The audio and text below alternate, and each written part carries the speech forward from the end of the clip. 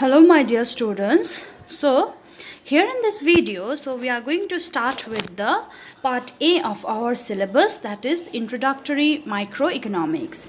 So in this part we are going to start with the chapter 1 introduction. So in this chapter we are going to discuss some of the basic things that we require in economics. Okay, so the first thing is, before understanding about the economics, it is very important that we should understand about the economy, isn't it? So economy is a system. Basically there is a difference between economics and economy. So economy is a system which provides people the means to work and earn a living. Okay, economy is a system, but economics is a subject. Okay, economics is a subject, whereas economy is a system which provides people the means to work and earn a living. Okay, because you have observed in your day-to-day life, like many activities are happening in and around you, isn't it? In your daily life you have seen factories, you have seen shops, you have seen flyovers, you have seen railways and many more things. So all this institution and organization may be collectively called an economy, because this economy is system, because these things, this institution, this organization are providing the people the means to work and earn a living. So you can call it a system, call them a system. Okay, so economy is basically a system. After that, so there are three vital processes of an economy. Okay, so economy, we have discussed, is a system which provides living to the people. So for this objective to be fulfilled, it is necessary that every economy should undertake three economic activities. So the first economic activity is production, second is consumption, and the third is the investment, or you can also call it capital formation. So these economic activities are known as the essential or the vital or the important processes of an economy. So the three vital processes of an economy are production, consumption, investment, or capital formation. Because there have to have a production, so in order to produce there have to be an investment, and if there is only production, then what to do? So there has to be the consumption, isn't it, children? So there are three, these are the three vital processes of the economy.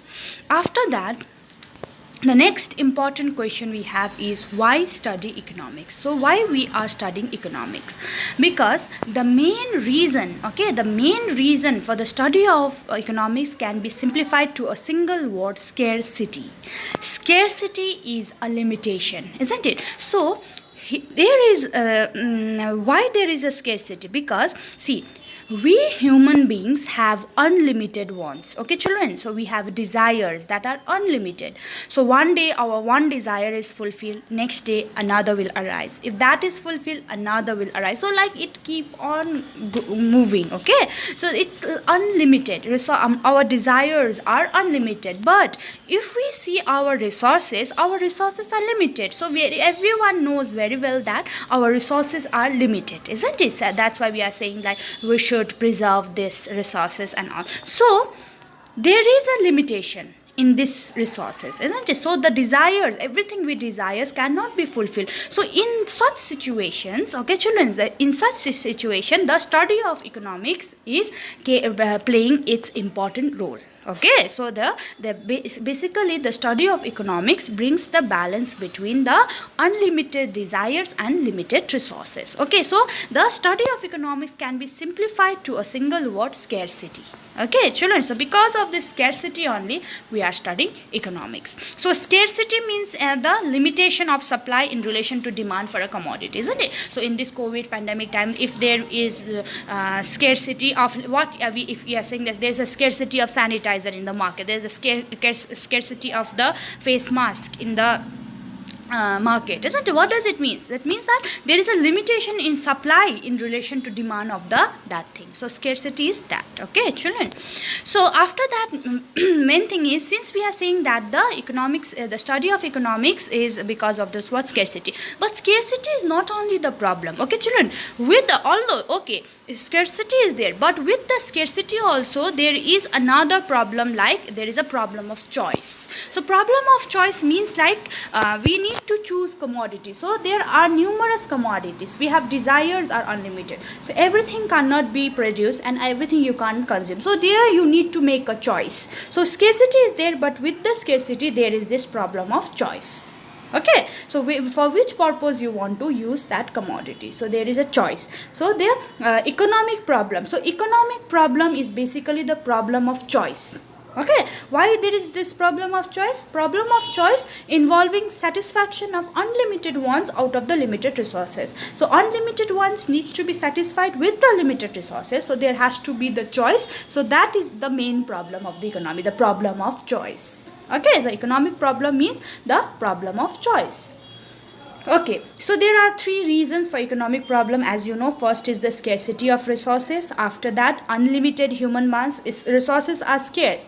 Scarcity means the resources are limited in relation to the demand. The supply is limited in relation to the demand, isn't it? So because of this scarcity only, there is this existence of this economic problem. Would have there been no scarcity, then there should not be the economic problem. No, then the subject would not have been there, isn't it? Economics would not have been there. So scarcity is there, so limitation is there. Second is the unlimited human wants. So human, we have the different desires, we have the unlimited desires. Human wants are never ending, they can never be fully satisfied. As soon as one want is satisfied, I have told you that another will emerge. Okay, so want of the people like keeps on multiplying. Okay, so this is the one problem. And another is the alternate uses. So alternate uses means the resources are not only scarce, but they can also be put to various uses. So it makes choice among the resources far more important. For example, if you say, take a simple example, milk, isn't it? If milk is used for the various purposes. One is that we consume milk directly, other is for example, we are taking milk tea. Suppose in some time there is a limitation or the scarcity of milk, so there have to be now we have to make a choice whether we want to consume milk for the direct consumption or we want to have the milk tea. Okay, so alternate uses. So it has to be choices has to be made among which consumption is important, consuming the milk or consuming the milk tea. Okay, so these are the three reasons for the economic existence of the economic problem. So economic problem is the problem of choice, scarcity of resources, unlimited human wants, and alternate resources. Okay, children, so after this we are going to study the meaning of economics. So economics, as you all know, that is a social science, so which studies the way a society chooses to use its limited resources, which have alternate uses, to produce goods and services and to distribute them among different groups of people. So they basically, it's this subject is bringing the balance between the unlimited resources and the unlimited wants and limited resources. Okay, so it is a science. So why economics is considered a social science? Because the term science stands for a systematic and organized body of knowledge. So economics is also a science, as it is a systematic and organized study of the economic behavior of the human beings, isn't it? However, it is not exact science like physics and chemistry, as it deals with the study of human behavior. Therefore, it is the social science. Okay, so it is the social science subject. So economics is a social science subject. After that, we have what economics is all about. So economics is all about making choices in the presence of scarcity. So economics is all about this scarcity. Okay, so it basically studies human behavior as relationship between means, resources, and ends. So resources are the means and the ends are the human wants. So economics aims to ensure that the resources are used in the best possible manner. The limited resources are used in the best possible manner. Okay, children, so this is about the economics is all about this.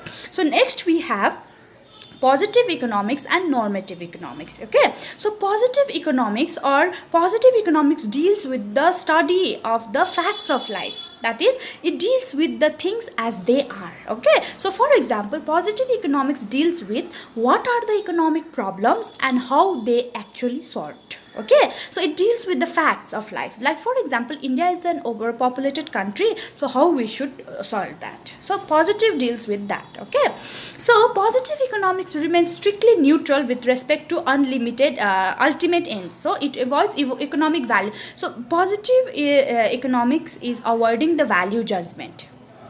Okay, next another one is the and this thing, normative economics. So normative economics tell us what ought to be. Normative economics deals with what ought to be or how the problem should be solved. So actually, like, India should not be the overpopulated country, or prices should not rise. So normative economics, which are desirable things and should be realized, so discusses that what are desirable things should be realized and what are undesirable things should be avoided. So this positive economics is basically dealing with the fact, isn't it? But normative is dealing with the value judgment. So what are desirable should be realized, then what are undesirable then should be avoided. So it gives basically it gives decision basically regarding the value judgment. It is based on the value judgment. So according to my point of view, it should be there, but according to some other person, that might it should not be correct, isn't it? So it is based on the value judgment. So there we have the positive economics and normative economics. So you can go through the difference between the positive economics and normative economics. Clear, children? So this is about the this is about the some basics concepts in economics. Okay, so later on in our next video we are going to discuss about some next other basic concepts in economics. Okay, children?